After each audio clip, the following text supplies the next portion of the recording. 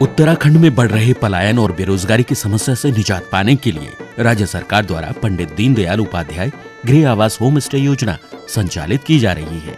योजना अंतर्गत पर्वतीय क्षेत्रों में अधिकतम 15 लाख और मैदानी क्षेत्रों में अधिकतम 7.5 लाख रुपए की सब्सिडी, साथ ही ब्याज में भी पहले 5 साल तक 1 से 1.5 लाख रुपए तक छूट दी जा रही है। योजना द्वारा 1 से 6 कमरों का नया मकान बनाने या पुराने मकान के नवीनीकरण पर भी राजकीय सहायता दी जाएगी। होम स्टे में रजिस्ट्रेशन कराने के बाद आप अपने घर को होम स्टे की तरह भी चला सकते हैं। होम स्टे योजना के फायदे 1000, देगी सब्सिडी सबको सरकार, अतिथियों का करें सत्कार, अब घर बैठे पाएं रोजगार। It's been lovely. It's like a second home. विस्तृत जानकारी के लिए अपने जिले के पर्यटन कार्यालय से संपर्क करें अथवा उत्तराखंड पर्यटन की वेबसाइट पर ऑनलाइन आवेदन करें।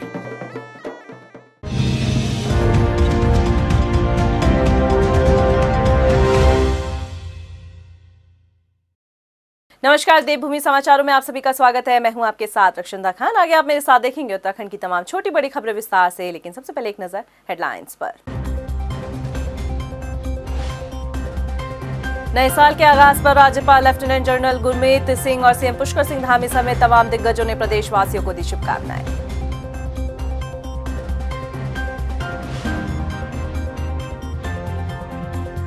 मुख्यमंत्री पुष्कर सिंह धामी ने नए साल पर छात्रों को दिए टैबलेट। प्रदेश भर में 2.5 लाख छात्रों को मिलेगा लाभ।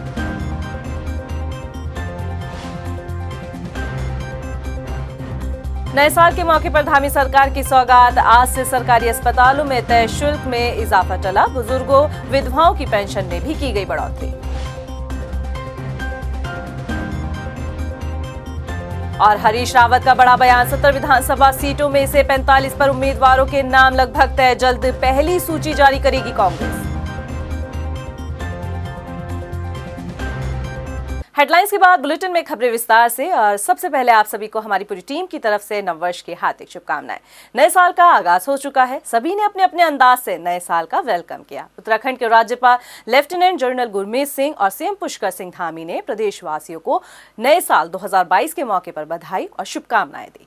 तो वहीं विधानसभा अध्यक्ष प्रेमचंद अग्रवाल ने प्रदेशवासियों को नए साल की शुभकामना देते हुए कहा कि सुख समृद्धि की कामना करता हूं। प्रदेश के विकास में महत्वपूर्ण भूमिका निभाने के लिए आप सभी के सहयोग की अपील भी की।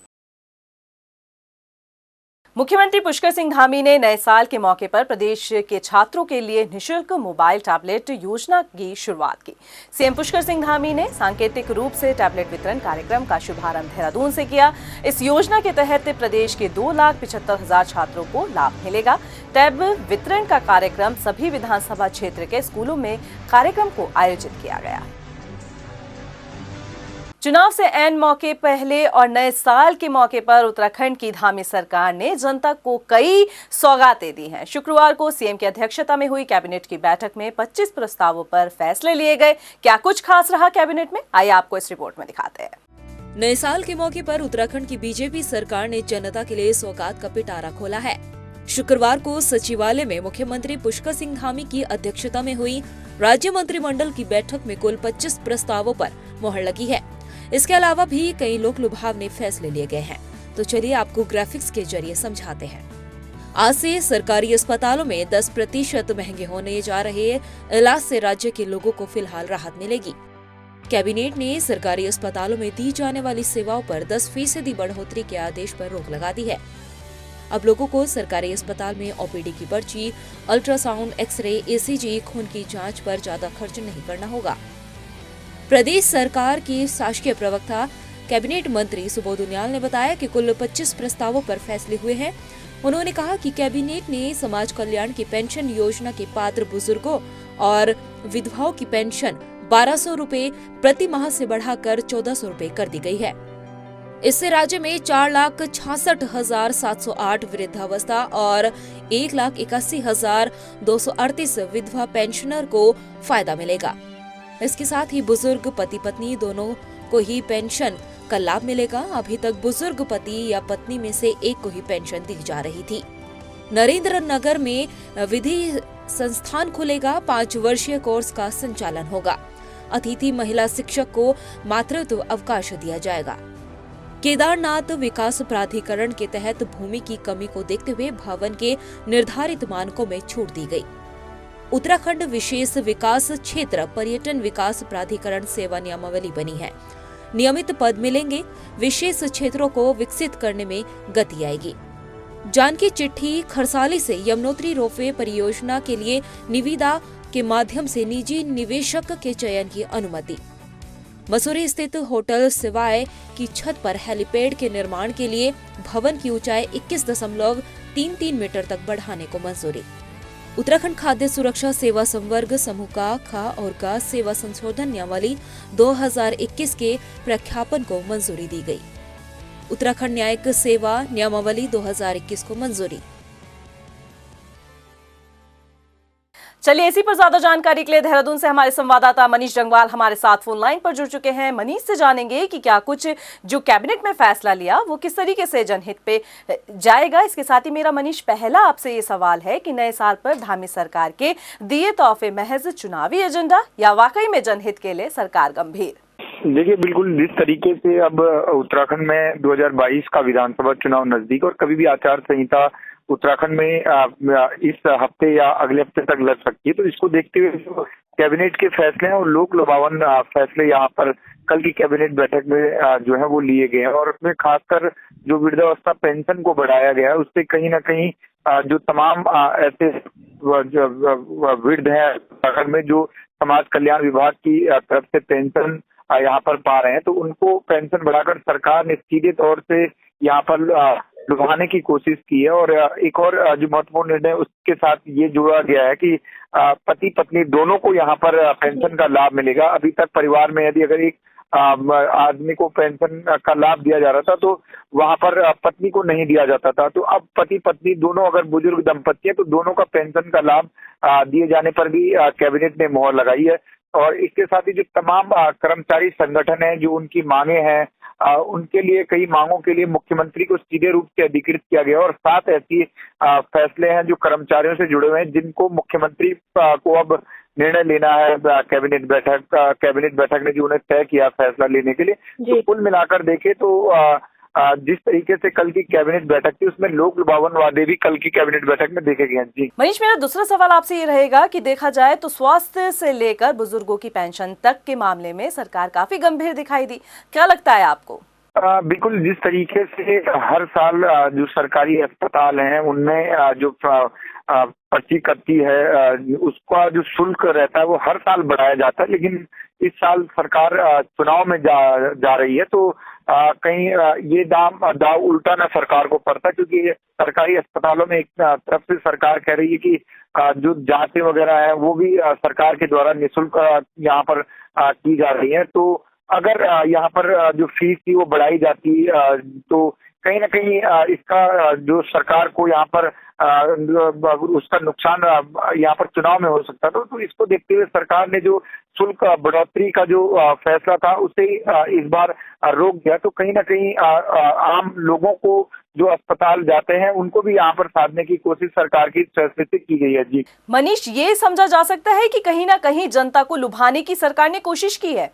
बिल्कुल, सरकार भी अब चुनाव की तरफ यहाँ पर और अब कभी 10 जनवरी से जो माना जा रहा है आचार संहिता लग सकती है, तो उसी को देखते जो सरकार है लगातार यहाँ पर लोक लुभावन फैसले ले रही है और लोक लुभावन वादे भी यहाँ पर सरकार कर रही है।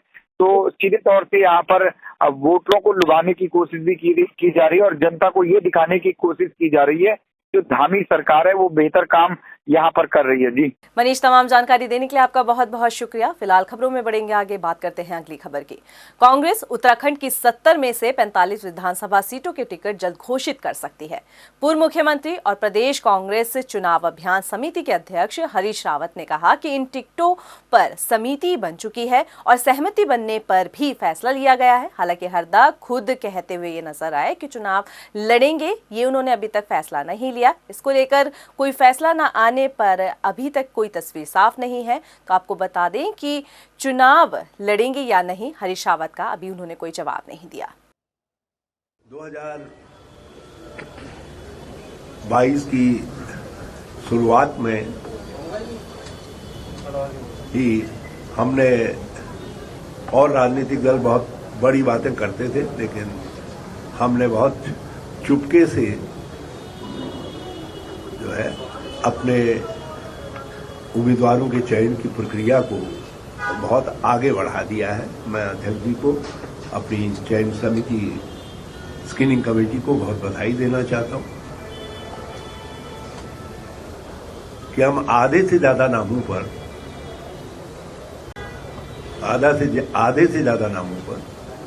क्यों आधे से ज्यादा ही है 45 के करीब नामों पर हम सर्वसम्मति बना पाए। 2022 की बिसात में चक्राता विधानसभा सीट की बात करें तो अब तक के विधानसभा चुनाव में सीट पर कांग्रेस ने अपना कब्जा जमाया है और क्या कुछ यहाँ पे खास देखने को मिला, आइए आपको अपनी इस रिपोर्ट में दिखाते हैं। साल 2002 में पहली बार चक्राता विधानसभा सीट पर कांग्रेस पार्टी के उम्मीदवार प्रीतम सिंह विधायक चुने गए, जो वर्तमान में नेता प्रतिपक्ष की भूमिका अदा कर रहे हैं। 2002 में कांग्रेस से चुनाव लड़े प्रीतम सिंह ने उत्तराखंड जनवादी पार्टी के प्रत्याशी मुन्ना सिंह चौहान को हराया। इसके बाद बारी आई विधानसभा चुनाव 2007 की। इस बार भी चक्राता सीट से कांग्रेस से दोबारा प्रीतम सिंह चुनाव मैदान में कूदे और उन्होंने निर्दलीय प्रत्याशी मधु चौहान को हराया था। 2012 के विधानसभा चुनाव में एक बार फिर चक्राता सीट से कांग्रेस उम्मीदवार प्रीतम सिंह ने हैट्रिक लगाते हुए जीत का परचम लहराया और उत्तराखंड जनवादी पार्टी के उम्मीदवार मुन्ना सिंह को हार का स्वाद चखना पड़ा। वोट प्रतिशत की बात की जाए तो साल 2012 के विधानसभा चुनाव में प्रीतम सिंह को 33,187 वोट मिले थे, जबकि मुन्ना सिंह चौहान को 26,533 वोट मिले। तीसरे नंबर पर भाजपा पार्टी के उम्मीदवार कमला चौहान रही, जिन्हें 1,943 वोट मिले। जबकि वोट प्रतिशत की बात की जाए तो साल 2012 में कांग्रेस पार्टी का वोट शेयर 51.16% रहा।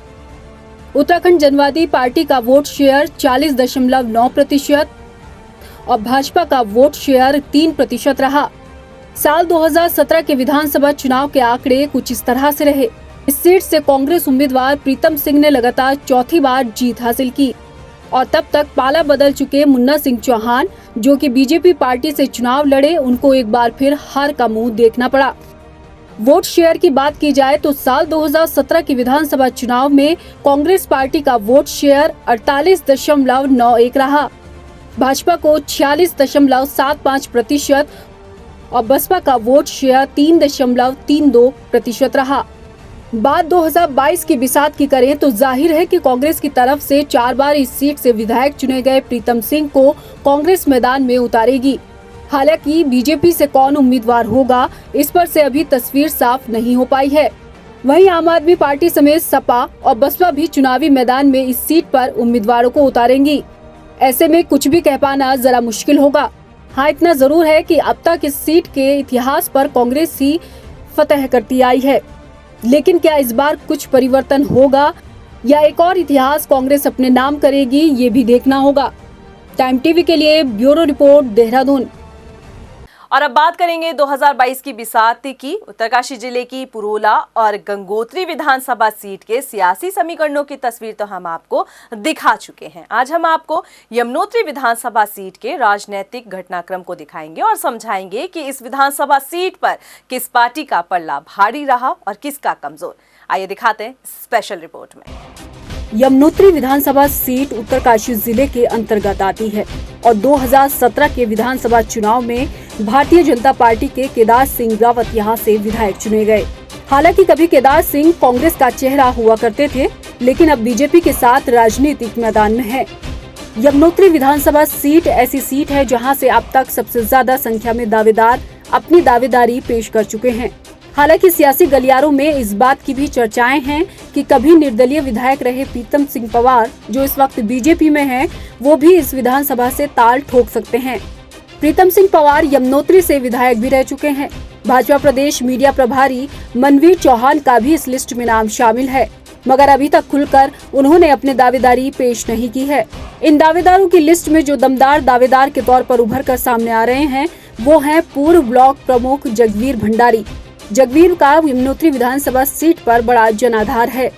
उधर कांग्रेस की बात करें तो 2017 में इस सीट से संजय डोभाल बीजेपी के केदार सिंह रावत से हार गए थे। कांग्रेस के पास इस सीट पर फिलहाल कोई पक्के तौर पर दावेदारी नहीं है, लेकिन कांग्रेस इस सीट पर बड़े दावेदार की तलाश में है। निर्दलीय दावेदारों के नाम पर दीपक बिजलवाड़ का नाम सबसे आगे सामने आ रहा है। मौजूदा वक्त में दीपक जिला पंचायत अध्यक्ष हैं और युवाओं के बीच बिजलवाड़ की मजबूत पकड़ है। सियासी समीकरणों को बारीकी से देखा जाए तो यमुनोत्री विधानसभा सीट से कांग्रेस कम और निर्दलीय उम्मीदवार एक बड़ी चुनौती बनकर बीजेपी के लिए परेशानी बन सकते हैं। ये तो 2022 के लिए बन रहे सियासी समीकरणों की तस्वीर थी, लेकिन अब तक के विधानसभा चुनाव में हुए मुकाबले में इस विधानसभा सीट का रिकॉर्ड कैसा रहा, चलिए इसको भी समझ लीजिए। 2002 में पहली बार उत्तराखंड क्रांति दल के उम्मीदवार प्रीतम सिंह पवार विधायक चुने गए। उन्होंने कांग्रेस पार्टी के उम्मीदवार केदार सिंह को हराया, जबकि 2007 में पासा पलट गया और कांग्रेस के उम्मीदवार केदार सिंह ने उक्रांद के प्रीतम सिंह को पटकनी देकर हराया था। 2012 के विधानसभा चुनाव में उक्रांद के प्रीतम सिंह पवार दूसरी बार विधायक चुने गए और एक बार फिर उन्होंने कांग्रेस के केदार सिंह को मात दी। 2017 के विधानसभा चुनाव में सियासी समीकरण ऐसे बदले कि कांग्रेस के केदार सिंह भाजपा के हो गए और पार्टी ने उन्हें यमुनोत्री विधानसभा सीट से टिकट दे दिया। केदार सिंह रावत ने 2017 में कांग्रेस के संजय डोभाल को इस सीट से हराकर जीत हासिल की थी। यमुनोत्री विधानसभा सीट के चुनावी इतिहास को समझने के बाद एक ही लबोलवाब निकलकर सामने आता है कि कभी उक्रांद तो कभी बीजेपी तो कभी कांग्रेस अपने प्रतिद्वंदियों को यहाँ मात देती आई है। लेकिन 2022 की बिसात में उभरे नए समीकरणों को देखा जाए तो बीजेपी के लिए कांग्रेस कम और निर्दलीय ज्यादा भारी पड़ते दिखाई दे रहे हैं। ऐसे में हाईकमान टिकट को लेकर किस पर दाव खेलेगा, ये देखना होगा। टाइम टीवी के लिए ब्यूरो रिपोर्ट, देहरादून। फिलहाल बुलेटिन में इतना ही। मुझे दीजिए इजाजत, लेकिन चलते चलते एक नजर हेडलाइंस पर। नमस्कार।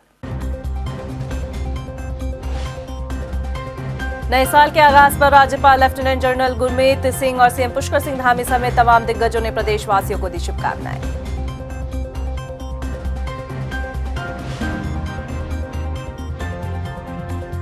मुख्यमंत्री पुष्कर सिंह धामी ने नए साल पर छात्रों को दिए टैबलेट। प्रदेश भर में 2.5 लाख छात्रों को मिलेगा लाभ।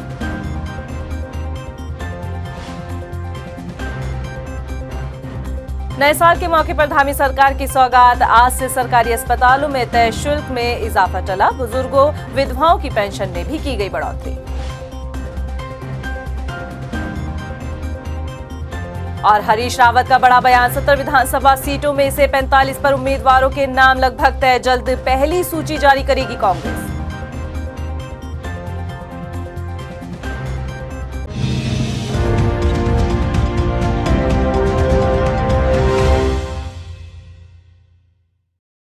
देवभूमि उत्तराखंड के निवासियों के लिए रोजगार के साथ साथ प्रदेश की तरक्की में भागीदार बनने का सुनहरा अवसर। प्रदेश में पर्यटन और स्वरोजगार को बढ़ावा देने के लिए राज्य सरकार ने शुरू की है trekking traction centre home stay योजना, जिसके तहत अधिसूचित ट्रैकिंग रूट के 2 किलोमीटर के दायरे में आने वाले गाँव के निवासी अपने घर के खाली कमरों को प्रदेश में ट्रैकिंग रूट्स के लिए आने वाले पर्यटकों के सुविधार्थ खोलकर प्रति कक्ष नव निर्माण हेतु 60,000 एवं पूर्व निर्मित कक्ष की साज सज्जा हेतु 25,000 रुपए की राजकीय सहायता प्राप्त कर आमदनी का अतिरिक्त जरिया बना सकते हैं। तो देर न करें, trekking traction centre home stay योजना का लाभ उठाएं, अपने परिवार, गांव और प्रदेश की तरक्की में हाथ बटाएं। योजना से जुड़ने या योजना के बारे में अधिक जानकारी के लिए आज ही अपने जिला पर्यटन विकास अधिकारी अथवा जिला अधिकारी कार्यालय से संपर्क करें। उत्तराखंड सचमुच स्वर्ग।